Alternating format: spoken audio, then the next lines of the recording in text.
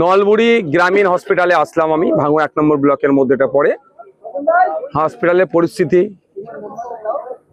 কোন জায়গায় দাঁড়িয়ে আছে, স্টাফ কি আছে, কত পাচ্ছে, কি সুযোগ সুবিধা আছে, কোন জায়গায় গ্যাপ আছে, সেই বিষয়ে সব আমাদের আলোচনা হলো। বিডিও সাহেব ছিলেন, ব্লকের যিনি হেলথ অফিসার ছিলেন, আরো তার অ্যাসোসিয়েট যারা ছিলেন, তারা আলোচনা হয়েছে। পানীয় জলের যে দুরবস্থা, এখানে এমপি কোটা একটা হয়েছিল, সেটা অকেজ হয়ে পড়ে আছে। এই সমস্ত বিষয়গুলো, টিনএজ প্রেগনেন্সি নিয়ে যে সমস্যা, সেই বিষয়টা নিয়ে কিভাবে এটাকে বন্ধ করা যায়। টিবি রোগে যারা আক্রান্ত, তারা নিয়মিত এখান থেকে ওষুধ প্রোভাইড করা হচ্ছে, তারা খাচ্ছে না, অনেক ক্ষতিগ্রস্ত হচ্ছে। 50টা যে সুস্বাস্থ্য কেন্দ্র আছে, অনেকের জমি, নিজস্ব জমি নাই বা ভাড়ার বাড়িতে থাকছে, হচ্ছে ইলেকট্রিক সমস্যা, সেইগুলো নিয়ে সমস্যা আলোচনা হয়েছে। এখানে যারা মেটার্নিটির যেটা ওয়ার্ড আছে, সেখানে যারা বাচ্চারা আছে, সেখানে একটু সমস্যা, তা ওই ওয়ার্ডের মেল ফিমেল ওয়ার্ড এক জায়গায় হয়ে যাচ্ছে, কমন বাথরুম হয়ে যাচ্ছে, এগুলো যাতে এক্সটেন্ড করা যায়, মানে বিল্ডিং এক্সটেন্ড করে এগুলো করা যায়, সেই বিষয় নিয়ে আলোচনা হয়েছে।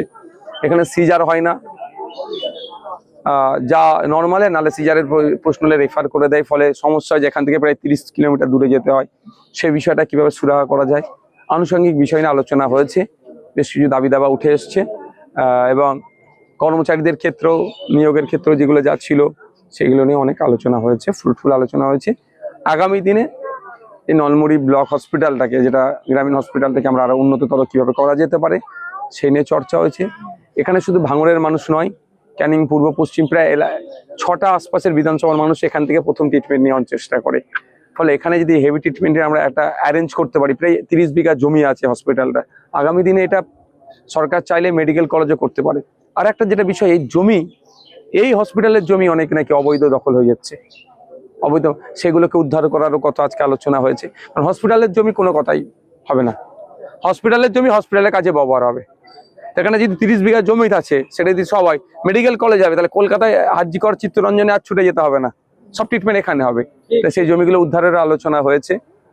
থানার পক্ষ থেকে যিনি অ্যাডিশনাল বাবু ছিলেন, তিনিও আমাদের সাথে সহমত যে না, দ্রুততার সাথে সেগুলোকে করাবে। নিরাপত্তার জন্য ব্যবস্থা আছে, লাইটের যেগুলো খামতি আছে, সেইগুলো, যে লাইটগুলো আছে কিছু জ্বলছে না, সেই বিষয়গুলো, এক কথায় সমস্ত বিষয় নিয়ে আজকে সর্বাঙ্গীন উন্নতির কথা হয়েছে, আমরা আলোচনা করছি। আগামী 3 মাস পরে আবার আমরা বসবো অফিসিয়ালি, তার মধ্যে আমিও কয়েকবার ভিজিট করতে আসবো।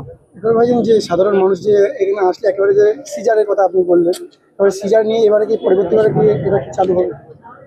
দেখুন, সেটা নাই যাতে এখানে হয়। এমনি এখানে প্রতি মাসে 80 থেকে 100 জন নর্মালি ডেলিভারি হয়।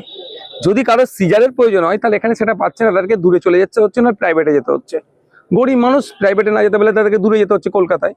ফলে এখানে যদি ওই অ্যারেঞ্জটা করা যায়, তারও আগামী দিনে যাতে চালু হয়, সে নিয়ে আলোচনা হয়েছে। আরো অন্যান্য ডাক্তার নিয়ে আসার ব্যাপারেও আলোচনা হচ্ছে। তার জন্য যে ক্যাটাগরি আছে, সেটাকে আপগ্রেড করতে হবে, কিভাবে আপগ্রেড করা যায়, সে নিয়ে আলোচনা হয়েছে।